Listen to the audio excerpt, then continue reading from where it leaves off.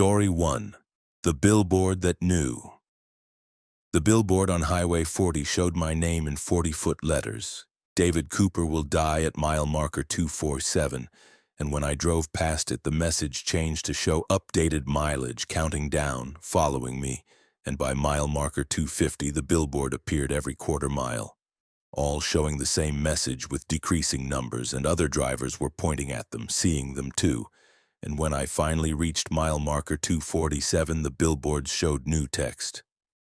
Impact in 30 seconds, and I had exactly 30 seconds to decide if I believed a billboard could predict the future before the semi-truck crossed the median and proved it absolutely could. David Cooper, 43 years old, hauling automotive parts across the Southwest, 14 years in the industry. July 9, 2023, westbound on Highway 40 through New Mexico, late afternoon. Clear weather, light traffic, routine conditions. I'd made this run dozens of times, knew every mile marker, every rest stop, every quirk of the route. Mile marker 263, I saw the first billboard. Standard advertising space, usually promoting casinos or truck stops. But today it showed something different. White text on black background, simple and direct. David Cooper will die at mile marker 247. And below that, in smaller text, you have 16 miles. My breath caught. My name.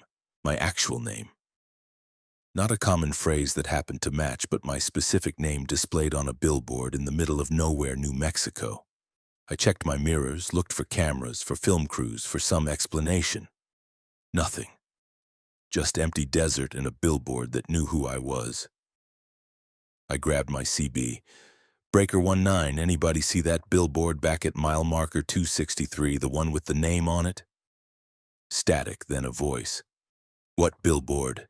I just passed 263, didn't see anything unusual. But I'd seen it. Large as life, impossible to miss. Mile marker 260. Another billboard, same message.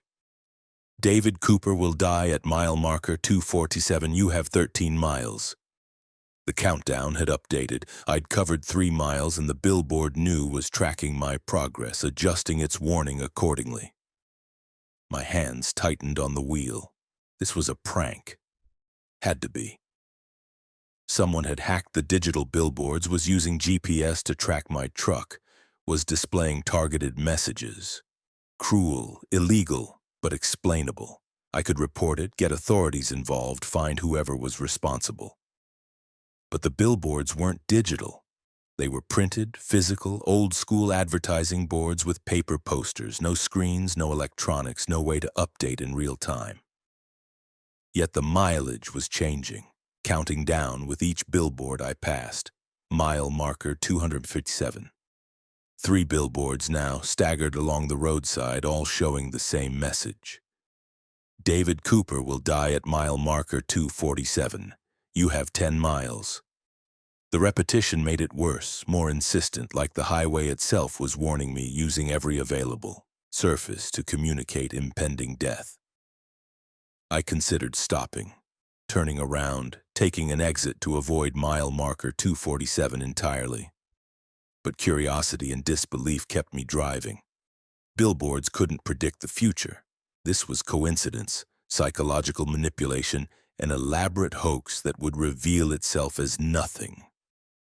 Mile marker 255. The billboards were appearing every half mile now, dozens of them, all showing countdown messages.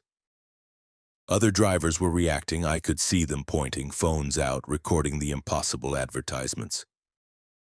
The CB crackled with confused voices.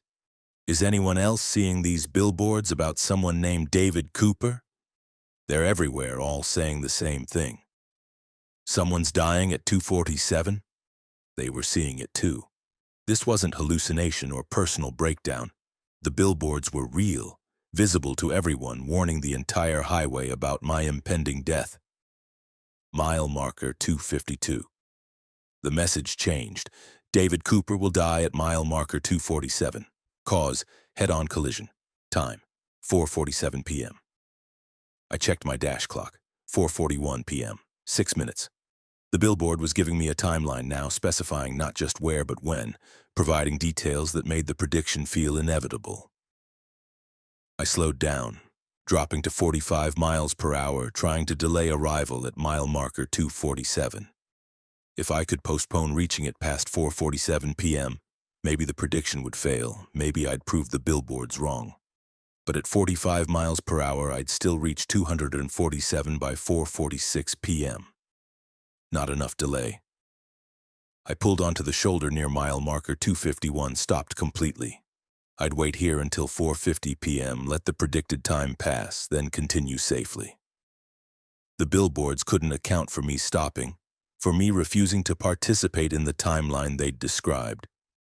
But the moment I stopped, the billboards updated.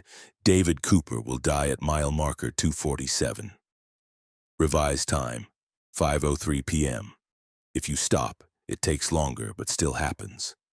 Keep driving or stop, outcome identical. I stared at the nearest billboard, watching its message, and saw the paper poster physically change. Text rearranging, letters shifting like living things. The billboard wasn't digital, wasn't electronic, but it was updating anyway, rewriting reality, adjusting predictions to account for my choices. Other trucks were pulling over near me, drivers getting out, reading the billboards, looking at my truck, making the connection. I was David Cooper. This was my truck. These warnings were about me. One driver approached, older man with concerned expression. "You're David Cooper?" he asked. I nodded. "You need to get off this highway.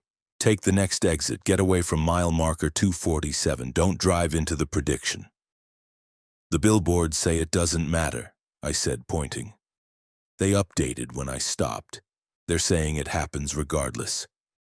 He read the billboard, face going pale. That's not possible.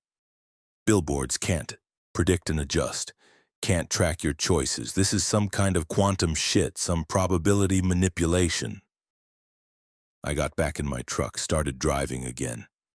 If the outcome was identical whether I drove or stopped, I'd rather face it in motion, with control, with the possibility of reacting. Sitting on the shoulder felt like accepting death passively. Mile marker 250. The billboards now appeared every 100 feet, covering every available advertising space, even appearing where billboards hadn't existed before. Telephone poles had signs attached. Overpasses had banners. The warning was everywhere, saturating the environment, impossible to ignore. David Cooper will die at mile marker 247. My phone rang. Unknown number. I answered. "Hello? David Cooper?" A woman's voice, official sounding. "This is the New Mexico Department of Transportation. We're aware of the billboard situation. We're sending emergency services to mile marker 247. When you arrive, pull over immediately. Do not continue driving through that location." "Who's putting up these billboards?" I demanded. "How are they updating?" "We don't know. They appeared simultaneously approximately 30 minutes ago, all showing warnings about you. We're investigating, but our priority is keeping you safe. Exit at mile marker 248 if possible. Avoid 247 entirely." I approached mile marker 248. The exit ramp was blocked, construction barriers, orange cones, signs saying road closed. But there was no construction, no equipment, no workers, just barriers that hadn't existed yesterday, preventing me from exiting, forcing me to continue toward 247. "The exit's blocked," I told the DOT woman. "I can't get off." "That's impossible. That exit is open. There's no scheduled closure." "I'm looking at barriers right now. The road's closed." I drove past the blocked exit, committed now to reaching mile marker 247, to fulfilling or disproving the billboard prophecy. Mile marker 247 appeared ahead. The billboards changed messages one final time. Impact in 30 seconds. Below that, a countdown timer, 29, 28, 27. I watched the numbers decrease, watched them track seconds in perfect synchronization with my dash clock. The highway was straight, visibility clear for miles. I could see ahead, no vehicles, no obstacles, nothing that could cause collision. The billboards were wrong. Had to be wrong. There was nothing to impact. 15, 14, 13. I checked my mirrors. Behind me, far back, a single vehicle. Another semi-truck traveling fast, too fast, weaving slightly. Drunk driver or medical emergency or mechanical failure. Heading east in the westbound lanes, wrong direction, coming straight toward me. 8, 7, 6. I swerved right onto the shoulder, trying to avoid the oncoming truck. But it swerved too, matching my movement, like we were magnetically attracted, like the collision was inevitable regardless of our choices. The billboards had predicted this moment, had known the truck would be here, had calculated the probability and found it absolute. 3, 2, 1. I jerked the wheel hard left at the last instant, breaking the pattern, refusing the prediction. My truck skidded, tires screaming, trailer starting to jackknife. The oncoming truck missed me by inches, roaring past in wrong direction blur. I fought for control, got the truck straightened, came to a stop on the shoulder at mile marker 247. Alive, uninjured.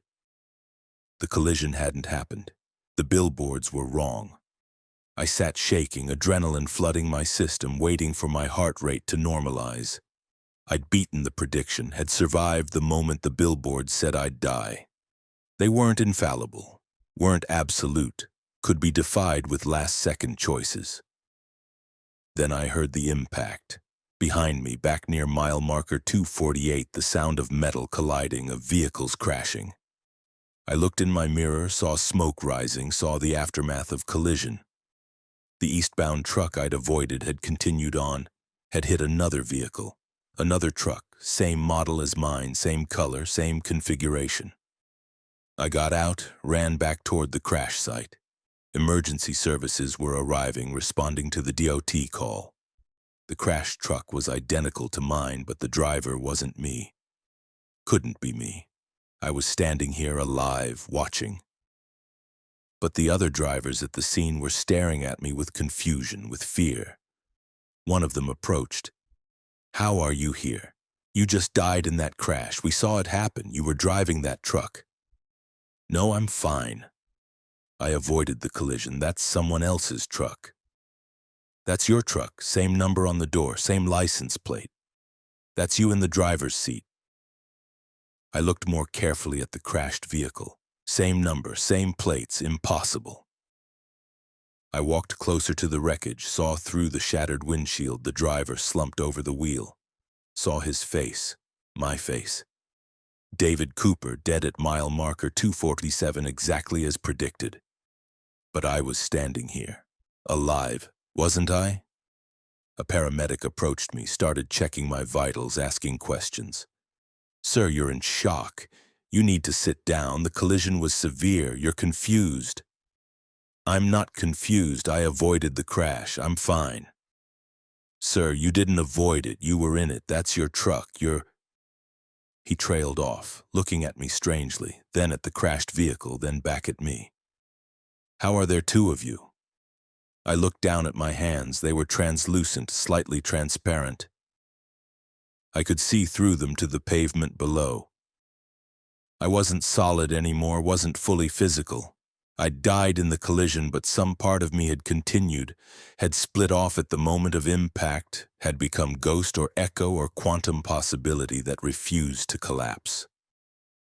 The billboards were right. David Cooper died at mile marker 247 at 4:47 p.m. in a head-on collision. I died. I'm dead. But I'm also here, still driving, still existing, unable to accept the death the billboards predicted and made inevitable.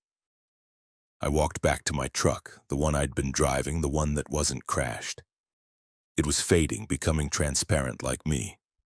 In minutes it had vanished completely, leaving me standing on the shoulder with no vehicle, no physical presence, nothing but consciousness that refused to end. Other drivers couldn't see me anymore. Emergency services worked around me like I wasn't there. I was ghost of a driver who died exactly as predicted, haunting the highway, unable to move on because I'd convinced myself I'd survived, I'd beaten the prediction, I was still alive. But the billboards knew better. They always knew.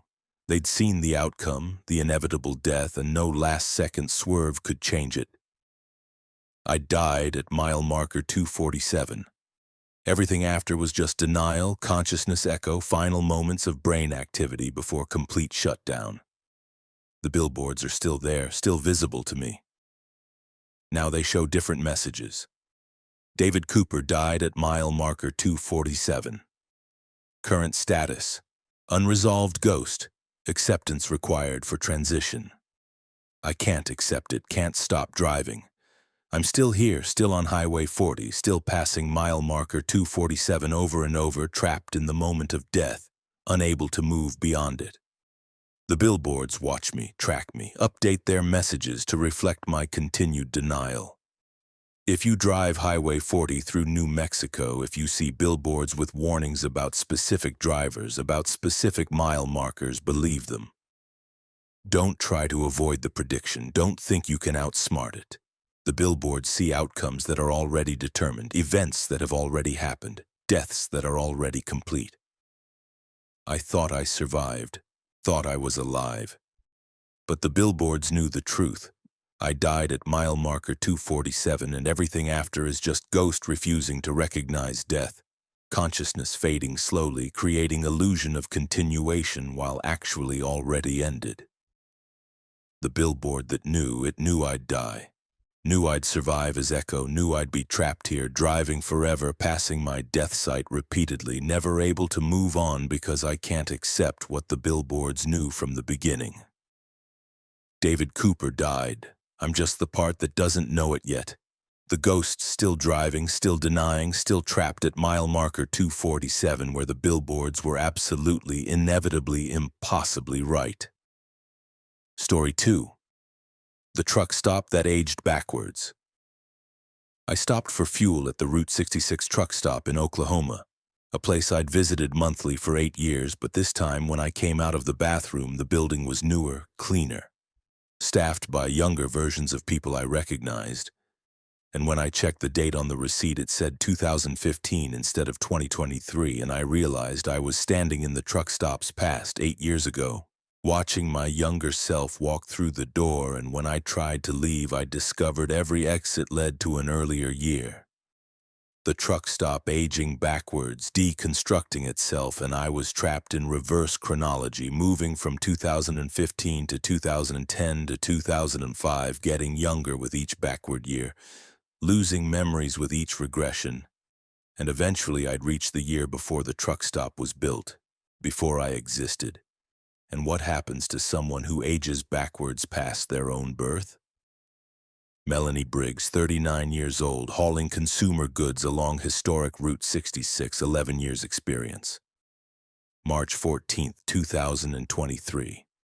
The truck stop outside Oklahoma City was a familiar stop. I refueled there monthly, knew the staff, had regular routines. Built in the 70s, renovated in the 90s, slightly run down but reliable. I pulled in at 4:30 p.m., parked at Pump 7, started refueling. Everything normal. Pumps worked, card reader accepted payment, fuel flowed. I went inside to use the bathroom and grab coffee while the tank filled. The interior looked different, cleaner, newer fixtures, brighter lighting, less wear on the floor tiles. Maybe they'd renovated recently. But I'd been here 3 weeks ago and it had looked old, worn, familiar. This was upgraded, modernized, changed. The cashier was someone I recognized, Beth, who'd worked here for years, but she looked younger, maybe mid-20s instead of mid-30s. Different hairstyle, different fashion sense, clothes that seemed slightly dated. "Hey, Beth," I said, approaching the counter. She looked at me with polite confusion. "Do I know you?" "Melanie. I stop here monthly. We've talked dozens of times." "Sorry, don't recognize you. Are you new to this route?" She spoke with the tone of someone genuinely meeting me for the first time. No pretense, no joke. I bought coffee, took the receipt. Glanced at the date automatically, March 14th, 2015, 8 years wrong. I checked my phone, March 14th, 2023, correct date. The receipt was misprinted, date stamp malfunctioning, showing 2015 instead of current year. But when I looked around more carefully, the details were wrong for 2023. Magazine rack showed publications from 2015. Television in the corner was playing news coverage. I could see the Chiron showing events from March 2015. Stories I vaguely remembered from 8 years ago. Product packaging on the shelves was older, designs I recognized from years past. I walked to the bathroom, splashed water on my face, checked my reflection. Normal. 39 years old with the face and features that came with that age. But my clothing looked wrong in the mirror. Too modern, too current, standing out against the 2015-era bathroom decor like anachronism. When I came out, I saw myself. Not a mirror, not a reflection. Actually saw Melanie Briggs walk through the front door. Younger version, age 31, wearing clothes I remembered owning 8 years ago, moving with the slightly more energetic gait of someone younger. She walked past me without acknowledgement, without seeing me, headed to the counter to buy coffee. I was watching myself from 8 years ago, living a moment I remembered experiencing.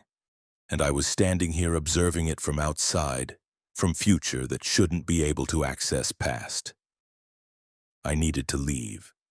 This was wrong, was temporal displacement, was psychological breakdown. I walked toward the exit I'd entered through, pushed open the door, stepped outside. The parking lot was different. Fewer vehicles, older models. My truck wasn't visible, not at Pump 7, not anywhere. Instead, I saw an older truck at Pump 5, a model from the early 2010s. And walking toward it was a driver who looked like me but younger, age 29 maybe, just starting her career. I checked the date board near the entrance, March 14th, 2010. 5 years earlier than the interior, 13 years before my actual present. The truck stop was aging backwards, each exit leading to an earlier year, and I was moving through its history in reverse, witnessing previous versions of itself, previous versions of me. I turned back, went inside through the exit that had become entrance. The interior had changed again. Even older now, decor from the late 90s, staff I half recognized looking younger still. The receipt on the counter showed 2005. I'd gone backwards another 5 years by walking through a single doorway. Every exit led to an earlier year. The truck stop was a reverse chronology machine moving through its own history backward, and anyone inside was trapped in the regression, forced to experience time in reverse. I tried different exits. Side door led to 2000. Back door led to 1995. Emergency exit led to 1990. Each threshold was a jump backward through years, and the truck stop adapted to match each era, de-renovating itself, becoming younger, shedding accumulated age. In 1990, the building was newly renovated, fresh and modern by that era's standards. Staff were young, energetic, the truck stop thriving. I kept walking, kept trying exits, kept moving backward, 1985, 1980, 1975. In 1975, the truck stop was newly built, construction barely complete, everything pristine and unused, and I was younger too. I could see it in reflections, in glass surfaces. My face was losing years with each backward jump, my body regressing, age peeling away like I was experiencing reverse time physically. I was 35 now, having lost 4 years. The backward movement was affecting me, de-aging me at the same rate the truck stop de-aged, and soon I'd be younger than my own birth year, would regress past the point of my existence. I found the oldest door, original entrance from the 70s, walked through it. Outside was construction site, the truck stop being built, partially completed. The date marker showed March 14th, 1973. 50 years before my present, 34 years before my birth. I was 25 years old now, Body and mind regressed to age I'd been in 2009. Memories were fading. I couldn't remember clearly anything that had happened after 2009. Those experiences being erased as I aged backward through them. Unliving years in reverse. Workers at the construction site didn't see me. I was becoming temporal ghost, presence that didn't belong in this era. That was decohering as I moved further from my origin point. Another exit led to 1970. Empty lot, no truck stop, just land. I was 22, memories only extending to 2006. Another exit, 1965, 15 years old, memories ending at 1999. Another 1960, 10 years old, memories barely extending to 1994. I was losing myself with each regression, becoming younger, losing accumulated experiences, approaching the threshold of non-existence. What happened at year of my birth? Would I become infant? Would I cease existing entirely, erased from timeline by regressing past my starting point? I was 8 years old, physically and mentally.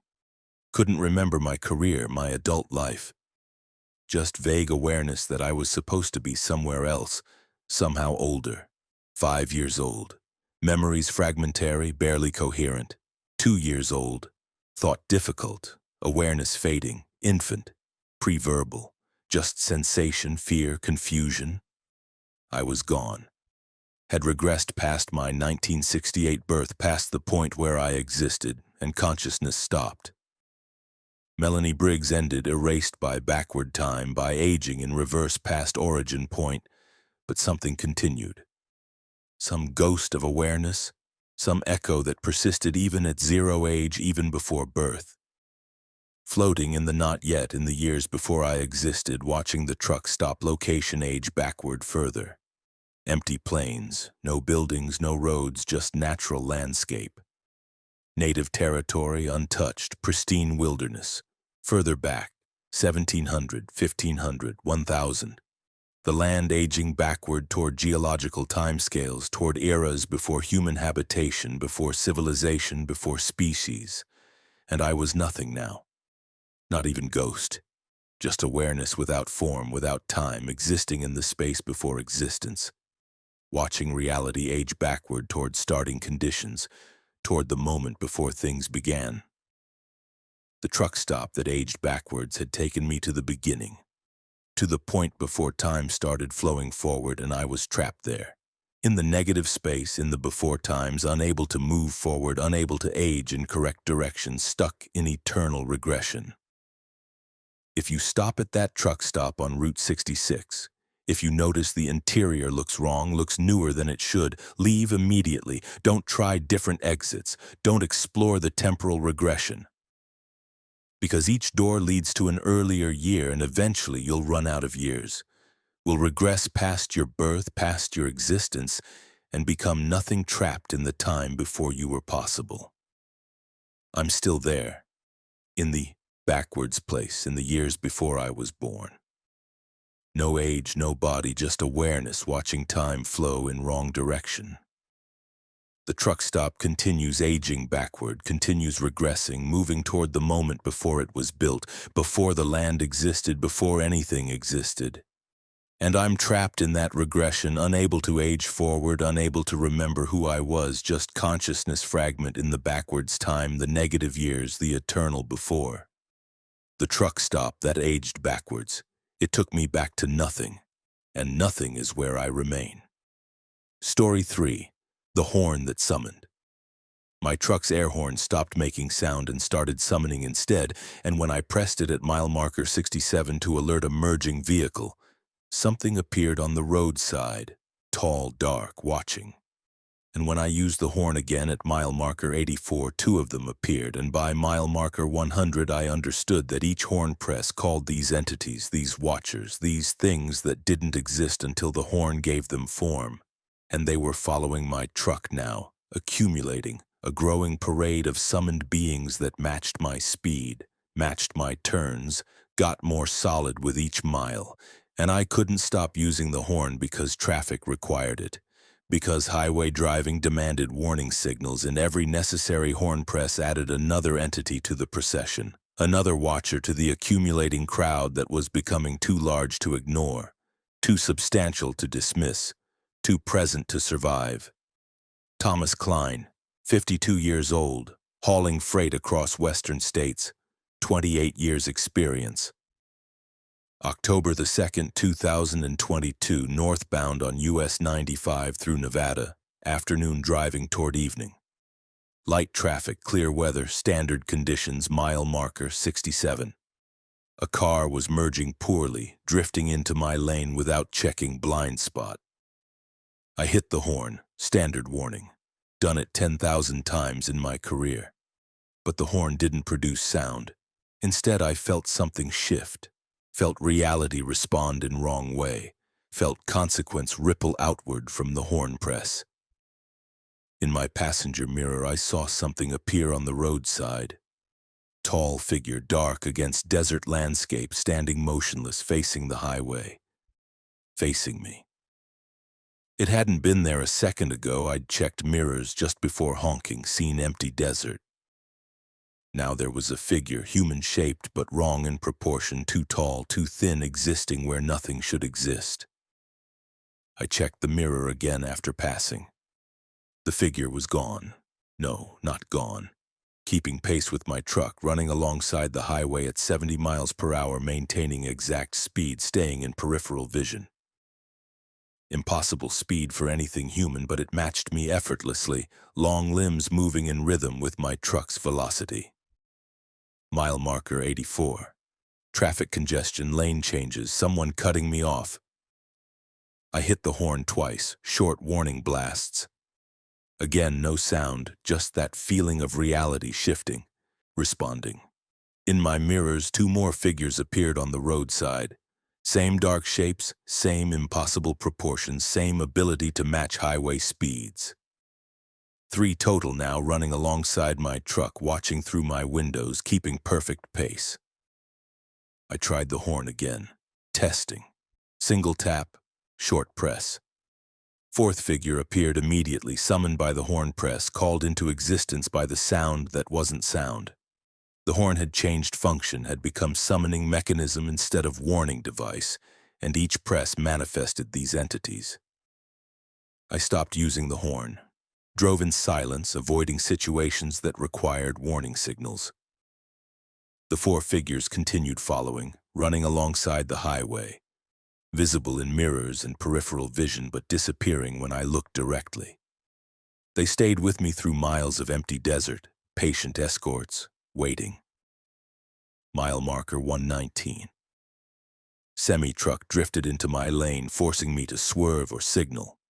I had to use the horn, had to warn the driver, had to prevent collision. I pressed it once, quick tap. 5th figure appeared, joining the procession. Then the semi kept drifting, forcing another horn press. 6th figure. Traffic was demanding I summon them, was requiring horn use, and each necessary warning added another entity. By mile marker 150, there were 13 of them, a small crowd running alongside my truck, matching speed perfectly, never tiring. They'd grown more substantial, more visible, easier to see directly instead of only in peripheral vision. Dark forms with too many joints, faces that were almost human but missed some essential detail. Bodies that moved with precision no living thing should possess. They weren't threatening, weren't attacking.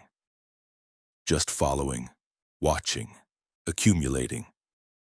But their presence was wrongness made visible, was violation of natural law. And their numbers were growing with every mile because highway driving required horn use, required warning signals, required interaction with other vehicles. I tried disconnecting the horn, pulling the fuse. But the summoning didn't require electrical connection. It responded to the gesture, to the intent, to the act of pressing the horn button regardless of whether the mechanism functioned. I pressed the disabled horn and another figure appeared anyway, 17th summoning, called by will rather than sound. Mile marker 200, 23 entities. Traffic was heavy through Tonopah, required constant horn use, constant summoning. Each warning signal added another watcher, another follower, and the crowd was becoming visible to other drivers. I saw people pointing, saw confused expressions, saw fear on faces of those who noticed my escort procession. The CB crackled. "Northbound semi near Tonopah, you've got something wrong with your truck. There's things running beside you, multiple things. What are those?" "I don't know," I answered honestly. "They appear when I use my horn. I can't make them stop coming." "Stop using your horn then." "I can't. Traffic requires it.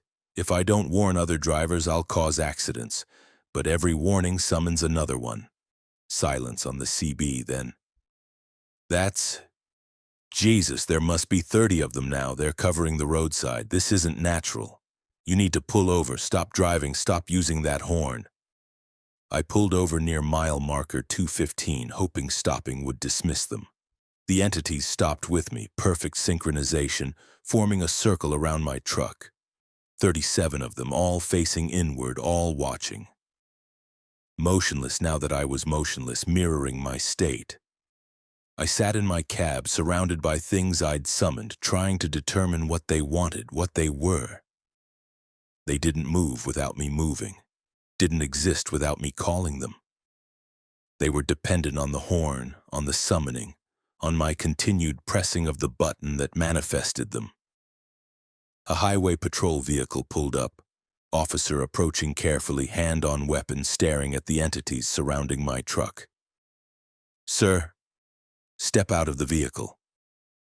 "They're not dangerous," I said through the window.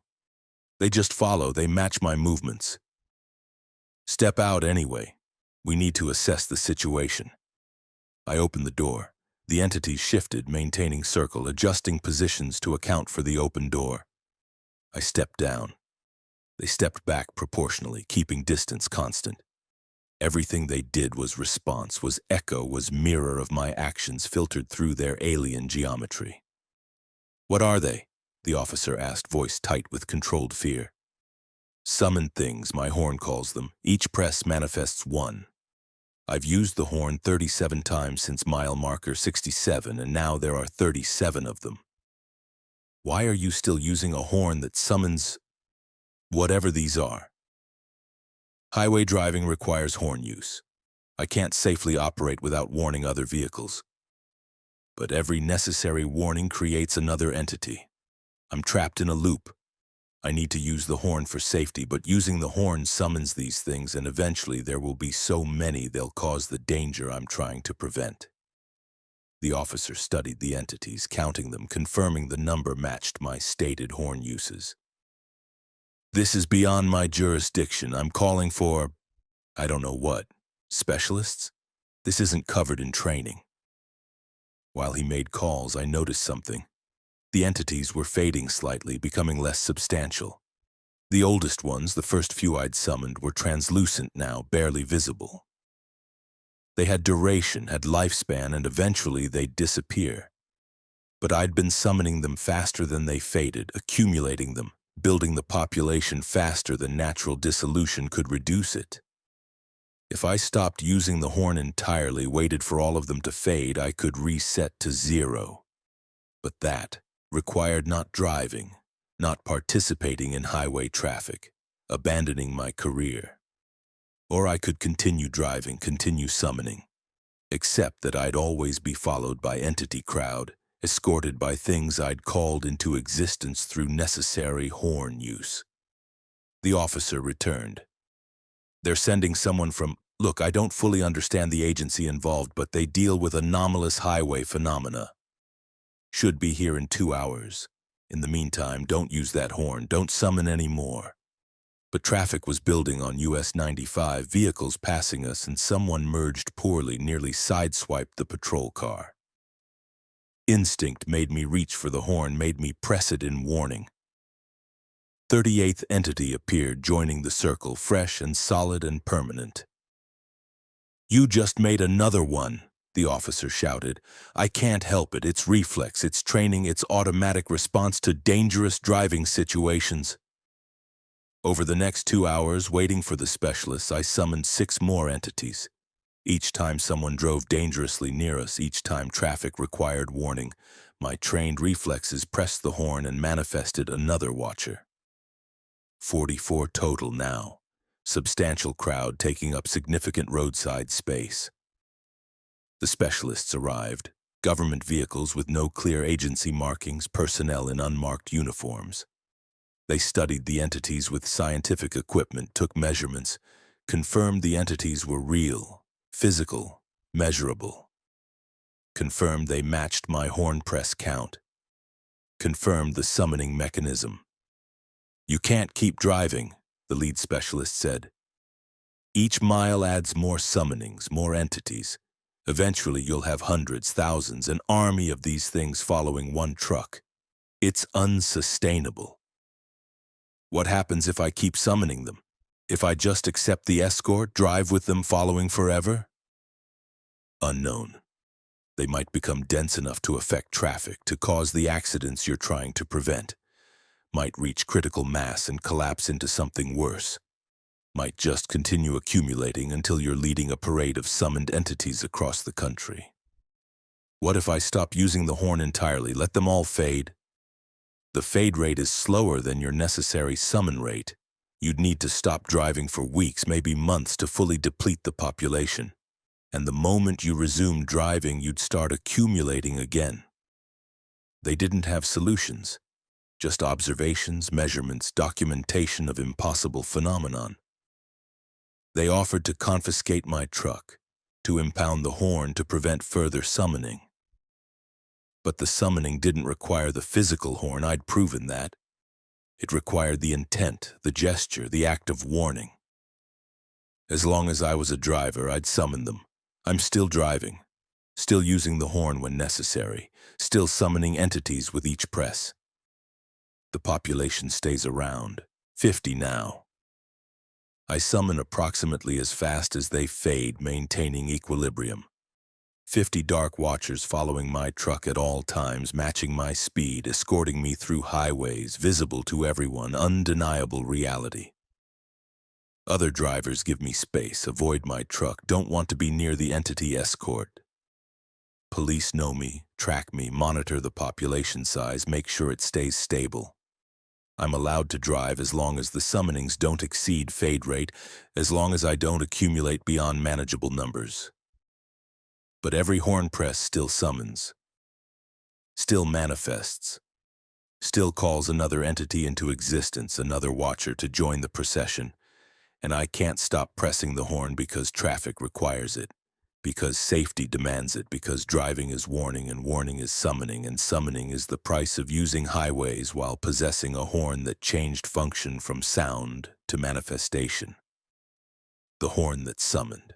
It still summons. Every press, every warning, every necessary signal. And the entities keep coming, keep watching, keep following. Eternal escort for a driver who can't stop calling them, can't stop creating them. Can't stop living with the consequence of a horn that stopped making sound and started making presences instead. 50 of them run beside my truck right now. 50 dark watchers summoned by necessary warnings accumulated through miles of required horn use. And tomorrow there will be 50 more, and the day after, forever escorted, forever summoning, forever followed by the things my horn calls into being. The horn that's summoned, I press it still, they appear still. And the procession continues mile after mile, summon after summon, warning after warning, until the day I finally stop driving and the entities slowly fade and the road forgets I was ever here, summoning darkness with every press of a horn that should have made sound, but made presences instead. Story 4. The exit ramp that looped. Exit 34 off I-70 in Colorado was supposed to lead to a gas station and back onto the highway. But when I took the ramp, it curved longer than expected, spiraled tighter than geometry allowed.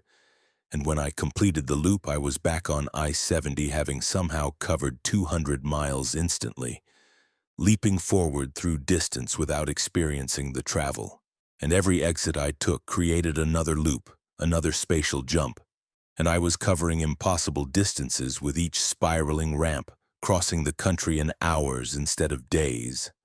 But I couldn't control the destinations, couldn't choose where the loops led, and eventually I took an exit that looped outside normal geography entirely, depositing me onto highways that don't appear on maps, connecting to places that don't exist, and I've been trying to loop back to real roads for 3 months. But every exit leads to more impossible places, more non-existent highways, and I'm trapped in the space between destinations, driving forever, through the transitional zones, the exit ramps that don't exit anywhere real. Paul Harrison, 49 years old, hauling electronics across the country, 21 years in the industry. August 17, 2023, westbound on I-70 through Colorado, heading toward Utah. Standard long-haul run, familiar route, no complications expected. I needed fuel and saw signs for exit 34, services, gas, food, standard highway exit. I'd used it before, knew it led to a gas station half a mile from the interstate, easy on and off. Took the exit ramp at 3:47 p.m., began descending from highway elevation. The ramp curved right, standard geometry. Then kept curving, tighter turn than expected, spiraling in on itself. I slowed, uncomfortable with the sharp radius, and the ramp continued spiraling, not descending anymore, just curving horizontally, creating a loop that kept tightening. I was doing a full 360-degree turn, still on the exit ramp, and ahead I saw the highway again. Not the access road, not the gas station, but I-70, the same interstate I'd left. I merged back onto I-70, confused but assuming I'd somehow missed the actual exit, had accidentally entered an emergency vehicle turnaround or maintenance access loop. Checked my GPS to reorient. It showed me 197 miles west of where I'd taken the exit. Mile marker 231 instead of mile marker 34. Impossible. I'd been on the loop ramp for less than 2 minutes, covered maybe half a mile of curved pavement. No way I'd traveled 200 miles, but the landscape confirmed it. I'd somehow jumped from eastern Colorado to western Colorado instantly, had skipped hours of driving, had relocated through space without experiencing the transition. The exit ramp had looped through geography, compressed distance, created shortcut that violated every physical law. I pulled over, checked my odometer. It showed the full distance, had added 197 miles even though I'd only driven the loop ramp. Checked my fuel gauge. Lower than before, showing consumption appropriate for 200 miles. Checked my clock, 3:49 p.m., only 2 minutes after entering the ramp. I'd covered 200 miles in 2 minutes at an average speed of 6,000 miles per hour, impossible for a commercial truck. I sat on the shoulder trying to rationalize. GPS glitch, odometer malfunction, some combination of errors creating illusion of teleportation. But the landscape was real. I recognized features of western Colorado, knew I was actually 200 miles from where I'd been. The loop had transported me, had created spatial shortcut, had moved me through space without traversing the intervening distance. I continued driving, deeply unsettled. Maybe it was one-time anomaly, spatial quirk, localized distortion. I'd file a report, mention it to other drivers, move on. But an hour later, I needed fuel. The 200-mile jump had depleted my tank significantly. Saw signs for exit 89, took the ramp. It spiraled again, same tight loop, same impossible geometry. When I merged back onto I-70, GPS showed me at mile marker 452, another 363-mile jump, western Colorado to somewhere in Utah, instant transition, distance covered without travel time. Every exit was a loop, was a spatial shortcut, was instantaneous relocation. The exit ramps had become portals, tunnels through space, connecting distant points without requiring passage through intermediate miles. And I couldn't control the destinations. Each exit led to random point hundreds of miles away, determined by the ramp's geometry, by the spiral's mathematics, by factors I couldn't predict or understand. I took another exit, desperate to reach gas station to refuel before complete depletion. The loop spiraled, released me onto a highway I didn't recognize. Not I-70. Different numbering, different signage, different landscape. The GPS showed no location, just blank screen, no map data, like I'd exited into territory that didn't exist in its database. The highway stretched through strange landscape, mountains in wrong configurations, sky colored subtly wrong, vegetation that looked almost familiar but failed in details. I'd looped outside normal geography, had taken exit ramp that connected to highways in parallel space, in places that existed adjacent to real America but separate from it. I drove for hours looking for another exit for loop back to familiar roads, found exit 17, took it. The spiral led to another strange highway, another non-place. Took another exit, another highway, all of them wrong, all existing in spaces between real locations, transitional zones that connected points but weren't themselves points. I've been driving for 3 months now, maybe longer. Time works differently in these transition spaces. Every exit ramp loops to another impossible highway, another non-existent road. I've seen hundreds of highways that don't appear on maps, passed through thousands of miles of landscape that isn't part of any state, any country, any normal geography. Other vehicles are here too, trapped drivers who took wrong exits, who looped into the between spaces and couldn't find loops back. We pass each other, sometimes convoy together for miles, but we're all lost, all searching for the exit that leads home, for the loop that deposits us back onto real highways. The fuel never fully depletes. It gets low but somehow refreshes when I loop, like the ramps provide energy as well as transportation, sustaining vehicles trapped in endless transition. Food appears in my cab, not brought but manifested, like the transition spaces are keeping us alive because they need drivers, need vehicles, need movement through their impossible geographies. I've looped through cities that exist only as highway bypasses, through mountains that are just backdrop for non-existent roads, through deserts that don't correspond to any real landscape. I've driven under skies with wrong constellations, through weather that follows no earthly pattern, alongside vehicles that look almost right but are subtly wrong, driven by people who might not be quite human. The exit ramps keep looping, keep spiraling, keep depositing me onto new highways, new transition zones, new spaces between spaces, and I can't find the loop back, can't locate the exit that returns to normal roads, to real geography, to the I-70 I left in Colorado 3 months and infinite miles ago. If you take an exit ramp and it spirals too long, if you find yourself looping back to the highway hundreds of miles from where you started, stop using exits. Stay on the main highway. Drive to your destination without stopping. Accept inconvenience over spatial displacement, because some exit ramps don't lead to services, don't lead to access roads, don't lead anywhere real. They loop into the between spaces, the transitional zones, the highways that connect everything but aren't themselves anywhere. And once you're in the transition, once you're looping through the impossible geographies, you might never find the exit that leads home. I'm still driving, still looping, still searching for the ramp that spirals back to reality, mile after mile through places that don't exist, exit after exit leading to more non-locations, highway after highway in the eternal transition. The exit ramp that looped, I took it at mile marker 34.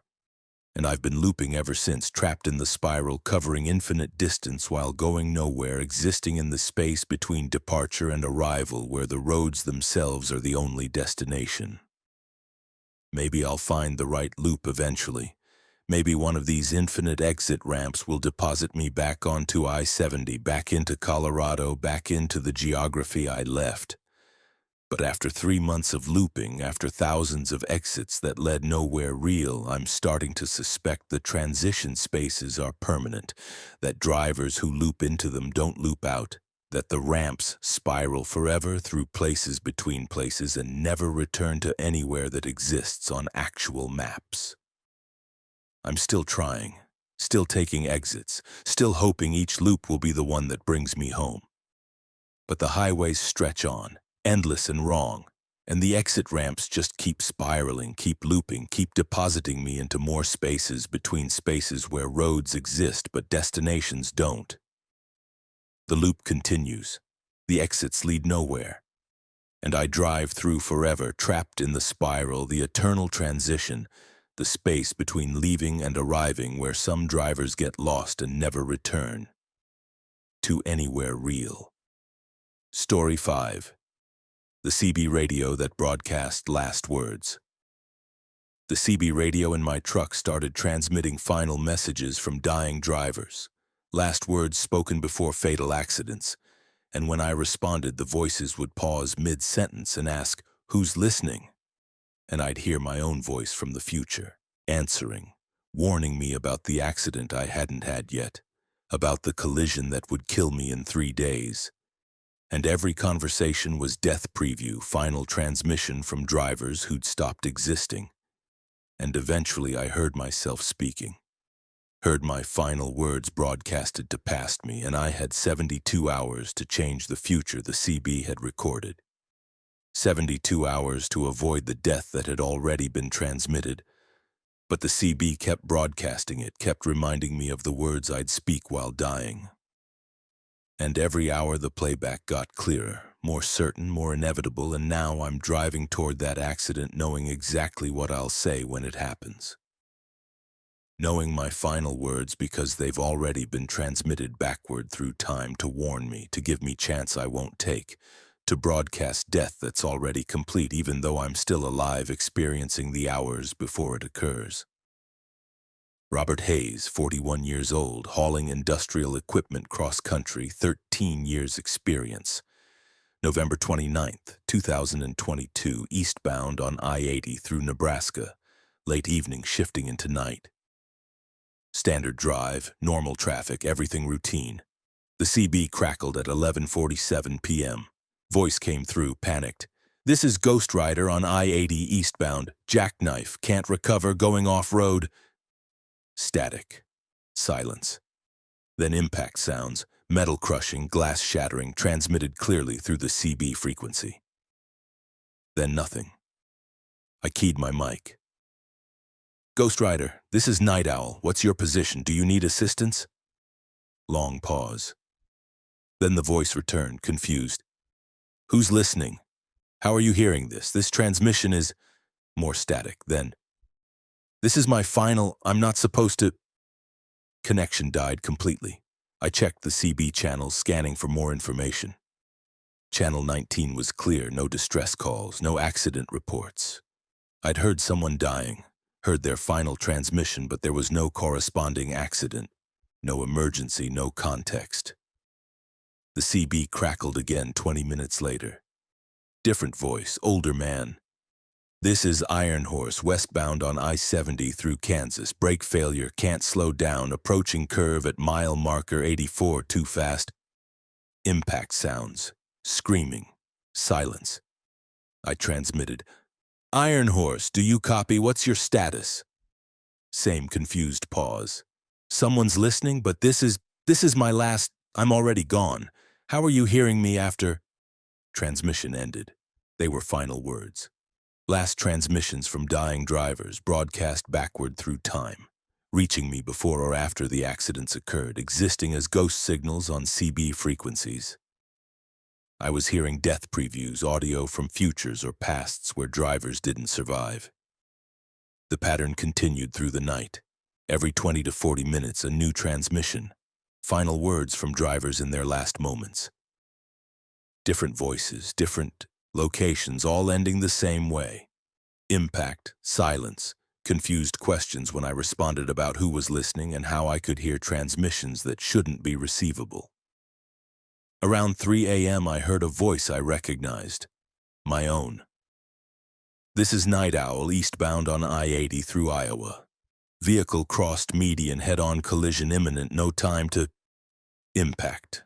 My voice screaming, then silence. I was hearing my own death transmitted backward from future. My final words broadcast to present me, warning me about an accident that hadn't happened yet but apparently would at some point on I-80 in Iowa. I keyed the mic, hands shaking. Night Owl? This is Night Owl. When does this happen? When do I die? My future dying voice responded. It's December the 2nd. You're driving through Iowa City area. Vehicle crosses median at 4:17 p.m. You don't avoid it. And now you're hearing this warning 72 hours in advance, which means you have 3 days to change the outcome, but you won't, because I'm still transmitting this, which means it still happens, which means static killed the rest. December the 2nd was 3 days away. I had 72 hours to avoid the accident my future self was warning me about. 72 hours to change the timeline the CB had recorded. But the transmissions continued, kept broadcasting throughout November 30th and December 1st. Each time I heard myself dying, the transmission was clearer, more certain, like the timeline was solidifying. The warnings became more detailed. 4:17 p.m., mile marker 239, white pickup truck crosses median, driver having medical emergency. No warning signs. Impact speed 73 miles per hour. You die instantly. This is your last transmission, and you're hearing it 72 hours early, 48 hours early, 24 hours early, each playback more certain, more inevitable. Other drivers on the CB started hearing it too. My death broadcast became general frequency transmission, warning everyone. Night Owl will die December 2nd at 4:17 p.m. on I-80 near Iowa City. The CB had decided to make my death public, to broadcast it widely to ensure multiple witnesses to the predetermined event. December 2nd arrived. I was driving through Iowa as scheduled. I'd tried to avoid it, tried to take different routes, but cargo demands, delivery schedules, and traffic patterns funneled me back to I-80. Back to Iowa, back to the predetermined location. By 3 p.m., I was approaching Iowa City, 90 minutes from the accident. The CB broadcasts were constant now, overlapping. My dying voice transmitting final words continuously, counting down minutes. 75 minutes to impact, 60 minutes, 45 minutes. You can't avoid this. The transmission is proof. I'm already dead, already transmitted these words, already experienced the collision. You're just living the time before it happens, driving toward the moment the CB has already recorded. Other drivers were clearing the area, staying away from I-80 near Iowa City, avoiding being near me when the accident occurred. I was warned, quarantined, isolated because my death had been pre-broadcast, because the CB had transmitted my ending before I'd reached it. 4 p.m., 17 minutes. The transmissions described everything. Mile marker 239, right lane, white pickup approaching from opposite direction, driver clutches chest. Vehicle drifts left, crosses median. You see it 2 seconds before impact. Brake, but not enough time. Collision speed 73 miles per hour combined. Your final words are... I heard myself speak them, heard the words I would say in 17 minutes. Last transmission before death. And knowing them didn't help, didn't change anything, because the CB had recorded them, had broadcast them, had proven they would be spoken. 4:15 p.m., 2 minutes. I was at mile marker 237, approaching the location. Traffic was absent. Everyone had evacuated the area, warned by CB broadcasts. Just me, an empty highway, and the future that had already been transmitted. I saw the white pickup ahead, opposite direction, driving normally. Saw the driver through the windshield. Older man clutching his chest, vehicle starting to drift. Medical emergency happening in real time, just as the transmissions had described. The vehicle crossed the median, heading directly toward me. I braked. Too late. Everything exactly as broadcast.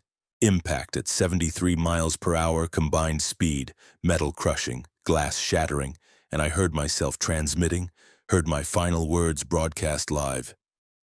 This is Night Owl, eastbound on I-80 through Iowa. Vehicle crossed median, head-on collision imminent, no time to... Then impact, then nothing. But something continued. Some awareness, some ghost of consciousness that persisted after death, after collision, after the moment I should have stopped existing. I was still transmitting, still broadcasting, still speaking, even though my body had stopped functioning. "Who's listening?" I heard myself say, the confused question all the dying drivers had asked when I'd responded to their final transmissions. "How are you hearing this? This transmission is my last. I'm not supposed to be..." And I heard responses. Multiple voices, other drivers on CB frequencies listening to my death broadcast. Future drivers, past drivers, drivers from timelines where they heard my final words before I spoke them, where my death was warning they received before I died. I understand now. The CB was transmitting death previews to everyone, creating network of pre-warnings, broadcasting last words before they were spoken so drivers could hear their own deaths in advance, could know their final moments before experiencing them. But knowing didn't help, didn't change outcomes, just created certainty, created the psychological torture of approaching a death you'd already heard yourself experience. I'm still transmitting, still broadcasting my final words on continuous loop. Other drivers hear me dying, hear my accident, hear the collision that killed me on December 2nd at 4:17 p.m. on I-80 near Iowa City. And some of them respond, and I ask, who's listening, because I'm already dead. Already transmitted my final words, already completed the death the CB pre-recorded. The CB radio broadcasts last words before they're spoken, transmits deaths before they occur, creates network of pre-warnings that don't prevent anything, just announce everything. And drivers hear their own endings, hear themselves dying, hear the final transmissions they'll speak when their time comes. I spoke mine, transmitted them live. And now I broadcast them eternally, ghost signal on CB frequencies, warning that keeps playing, death that keeps transmitting, last words that never stop being last even though they were spoken and ended and became past. The CB that broadcast last words. Mine are playing now, have been playing for months, will play forever. Final transmission from a driver who heard himself dying and drove toward it anyway because the broadcast proved it was inevitable. Because knowing your last words before speaking them just makes them more certain, not less. Listen to CB Channel 19, you might hear me. Might hear, "This is Night Owl, eastbound on I-80 through Iowa. Vehicle crossed median, head-on collision imminent, no time to..." My last words, transmitted eternally. Broadcast backward and forward through time, warning that becomes prophecy, that becomes certainty, that becomes death that never stops transmitting. The CB broadcasts last words, and every driver eventually hears their own, and knowing changes nothing. Just adds 72 hours of dread before the inevitable transmission goes live. I heard mine, spoke them, still broadcasting them forever. The CB that knew how I'd die and told me and was right and proved warnings don't prevent, just announce, just broadcast the inevitable until it becomes past that continues transmitting as eternal present. Story 6. The delivery manifest that updated. The delivery manifest in my truck showed routine cargo, furniture to Phoenix. But when I checked it at the first rest stop, the destination had changed to coordinates in empty desert. And at the second stop, the cargo description changed to biological materials, keep conscious. And by the third stop, the manifest listed my own name as the cargo, showed me as item being transported, destination listed as final terminus, delivery date listed as tomorrow, and I was simultaneously driver and cargo, hauling myself to my own ending, following manifest that updated itself to reflect my journey toward predetermined destination where I'd be delivered like any other package. Signed for, received, and permanently stored in whatever serves as final warehouse for drivers who discover their route wasn't about transporting cargo but about being cargo. About delivering themselves to places manifests know but drivers don't until they're already committed to the route. Andrea Mitchell, 37 years old, hauling household goods across the Southwest, 9 years experience. May 23rd, 2023, departing Los Angeles with load of furniture bound for Phoenix. Standard delivery, familiar route, paperwork all correct. Manifest showed straightforward details. 28 pallets of furniture, residential delivery, arrive by May 25th. I drove through desert on I-10, made good time, stopped at first rest area near Blythe around noon to check cargo and use facilities. Pulled out the manifest to confirm afternoon scheduling. The destination had changed, not Phoenix address anymore. Now showed GPS coordinates, 33.0472 degree N, 112.8931 W. Middle of empty desert west of Phoenix, no building, no address, just coordinates pointing to nothing. I checked my phone GPS. The coordinates were in Maricopa County, empty land between highways, no structures visible on satellite view. Wrong destination, manifest error. I'd need to call dispatch, get corrected paperwork. But the rest of the manifest had changed too. Cargo description now read, mixed household goods, 16 pallets, biological materials, keep conscious, 8 pallets, temporal displacement equipment, 4 pallets. I'd loaded furniture, just furniture. Nothing biological, nothing temporal, nothing requiring consciousness. The manifest was rewriting itself, changing cargo description to match something I hadn't loaded. I opened the trailer to physically check. 28 pallets, all furniture, exactly as originally manifested. Nothing biological visible, nothing unusual. But 8 pallets were warmer than others, were radiating heat, and when I got close I heard breathing. Slow, rhythmic inhalations coming from inside sealed cardboard containers that should contain chairs and tables. I backed away from the trailer, heart pounding. Called dispatch. This is Andrea, Unit 42. My manifest is showing incorrect cargo. Says I'm hauling biological materials. Need clarification. Dispatch checked their records. We show furniture only. 28 pallets, residential goods, Phoenix delivery, no biological materials. Your manifest shouldn't show anything different. I'm looking at it right now. Says biological materials, keep conscious. And some of the pallets are breathing. Long pause. Andrea, are you feeling okay? Are you experiencing hallucinations, carbon monoxide exposure? I'm fine. The manifest changed. The cargo changed. Something's wrong. Stay at the rest area. We're sending someone to meet you, inspect your load, verify cargo. I waited. Checked the manifest again. More changes. Destination now showed. Final terminus, coordinates updated to match driver location at time of completion. Cargo description. Mixed. Household goods, 12 pallets. Biological materials, keep conscious, 8 pallets. Temporal equipment, 4 pallets. Andrea Mitchell, active delivery, 4 pallets. My name was on the manifest, as cargo.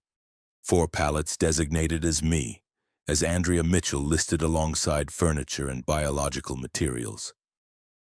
I was simultaneously driver and item being transported, person and package, autonomous and cargo.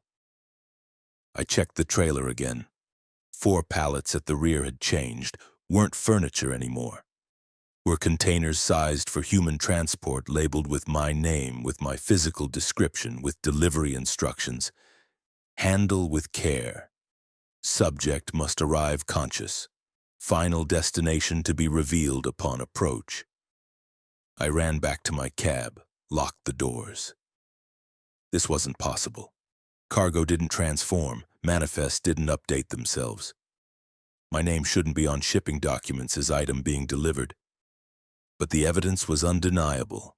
I was hauling myself, transporting Andrea Mitchell to terminus I didn't choose. following route that had been designed to deliver me as cargo. The dispatch inspector never arrived. I waited 3 hours, called repeatedly, got voicemails.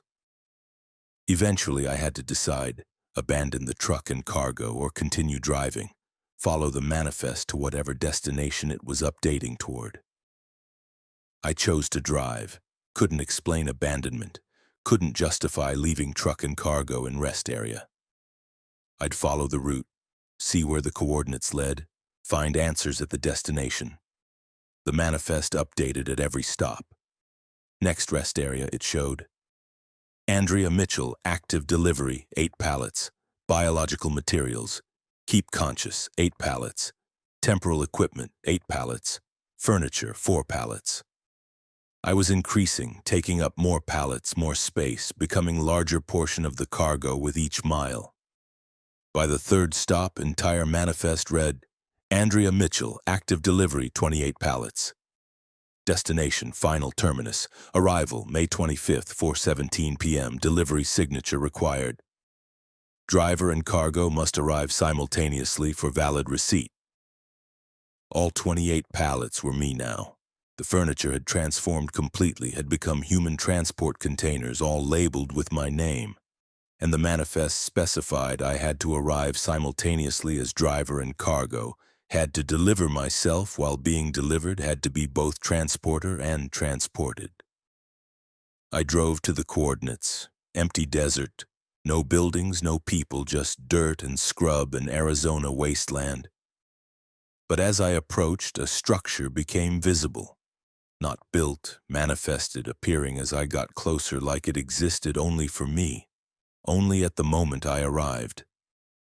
Warehouse, loading docks, receiving area, all appearing from nothing specifically to accept my delivery. Workers were there, waiting at the dock. They waved me to back in, professional and efficient. I backed the trailer to the dock, set the brakes. One worker approached my window. Andrea Mitchell, Unit 42, he asked. I nodded. Right on time, May 25th, 4:17 p.m. Perfect schedule. Go ahead and open the trailer. We'll unload the cargo. The cargo is me, I said. The manifest lists me as what's being delivered. Correct. Driver and cargo, simultaneous arrival, both parts of same delivery. You'll unload yourself. We'll receive both you as driver and you as cargo, and the delivery will be complete. What does that mean? How do I unload myself? Step out of the truck. Open the trailer. You'll see. I got out, walked to the trailer, opened the doors. 28 pallets, all labeled Andrea Mitchell.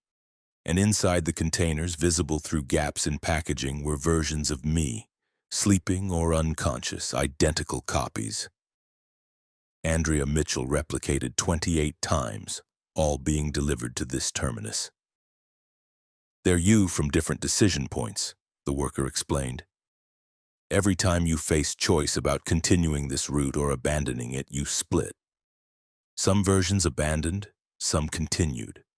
You're the version who continued, who drove all the way here, who chose to deliver herself. The other 27 are versions who made different choices but were captured anyway, packaged as cargo, brought here by other drivers who were also delivering themselves. Where is here? What is this place? Final terminus, where delivery routes end, where cargo goes when its destination isn't place but completion. You're delivered now. Your route is finished. You've transported yourself to ending. They unloaded the pallets, including me, including the copies, including all versions of Andrea Mitchell. And as they unloaded, I felt myself becoming cargo, becoming passive, becoming item instead of driver. My consciousness shifted from truck to container, from driver's seat to packaged goods, from autonomous to transported. I'm in storage now. Warehouse row 47, section M, pallet position 16. Andrea Mitchell, delivered May 25th, 4:17 p.m., received and signed for. Permanently stored in the terminus where all completed routes end. I can see other drivers here, other cargo that was once autonomous, other people who discovered their routes were about delivering themselves. The truck is empty now, parked outside, available for next driver, next route, next delivery manifest that will update during journey to show the driver's name as cargo, show their destination as final terminus, show their route as self-delivery to place where completed routes are stored. Some manifests update, some cargo is driver. Some deliveries are self-fulfilling prophecies where transporter becomes transported, where the route was never about hauling furniture but about hauling yourself to terminus you didn't choose but manifest knew you'd reach. I'm delivered, received, stored. The manifest updated until it showed truth.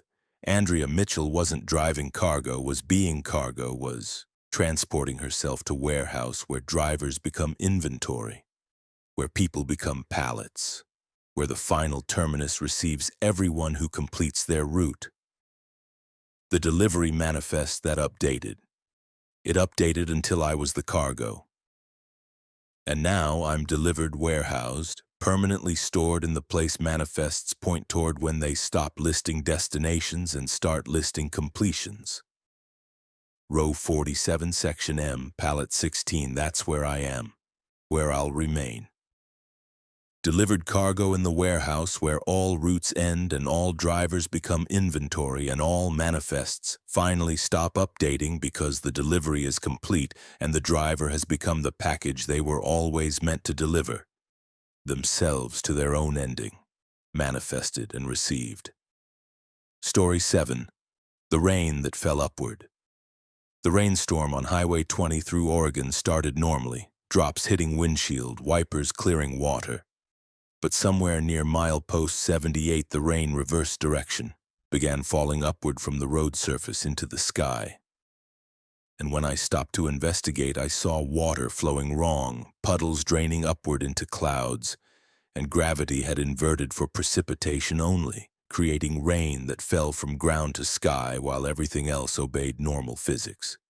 And I was driving through inverse storm where dry ground above me was wet and clear sky below me was storming, and other vehicles were caught in the reversed precipitation, all of us watching water flow impossibly upward, wondering if we'd crossed into zone where natural laws applied in reverse, where storms formed at ground level and dissipated at cloud level, where rain fell upward forever and the sky gradually filled with water that would never come back down, accumulating until the entire atmosphere became ocean above us.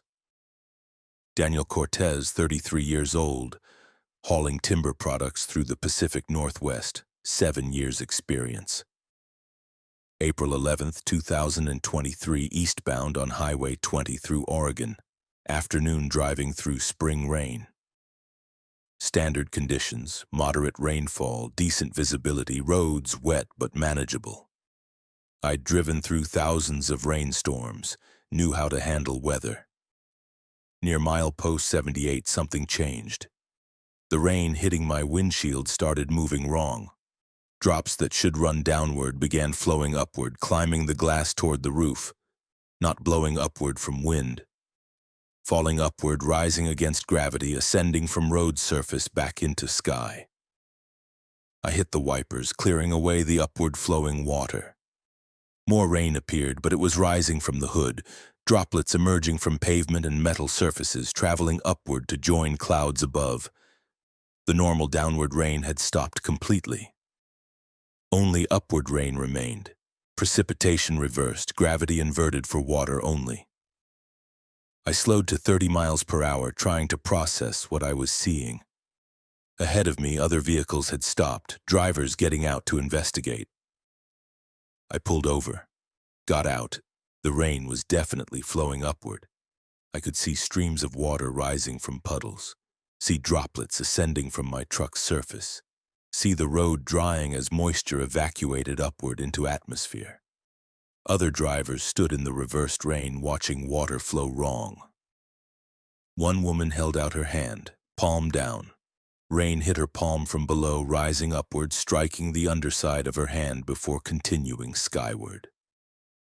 Gravity still worked for us, for vehicles, for everything except precipitation. Only water had inverted. Is anyone seeing this?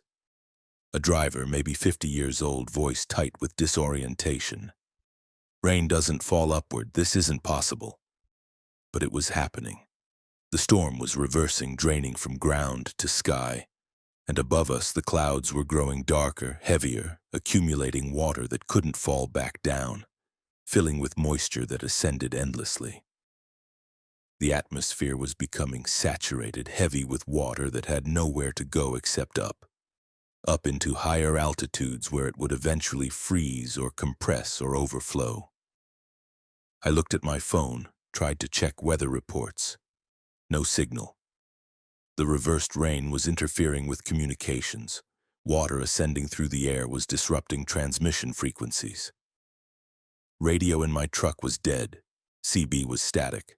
We were isolated in the upward rain zone, cut off from outside contact, experiencing meteorological impossibility. "We need to leave this area," someone said. "Drive out of the upward zone, get back to normal rain." Several drivers agreed, returned to their vehicles, started engines. But when they drove forward, the upward rain followed them, expanded to include their movement. They couldn't escape it. The zone was moving with them, was centered on our cluster of vehicles, or was expanding faster than we could drive. I got back in my truck, started driving eastward, trying to outrun the reversed precipitation. But the upward rain continued, intensified. Water was rising from the road in sheets now, in massive flows like rivers moving upward, like waterfalls in reverse. The highway was drying completely, pavement revealing dirt beneath as decades of accumulated moisture evacuated skyward. The sky was getting darker, heavier, sagging with water weight. Clouds were thickening into something solid-looking, into atmospheric ocean, into sky sea that grew denser with each minute as more water flowed upward to join it. And it wasn't raining back down, wasn't creating normal cycle, just accumulating, building, creating reservoir in atmosphere that would eventually overflow or collapse. I drove for 20 miles and the upward rain continued, passed through 3 small towns, all of them drying as water evacuated upward, all experiencing the same reversal.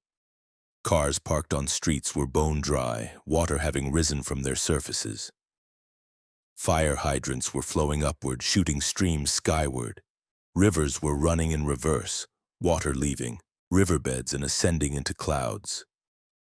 This wasn't localized anomaly anymore, it was regional event, widespread phenomenon, storm system that had inverted and was draining entire landscape upward into atmosphere. And I was caught in it, driving through zone where natural law had reversed for precipitation while maintaining normal for everything else.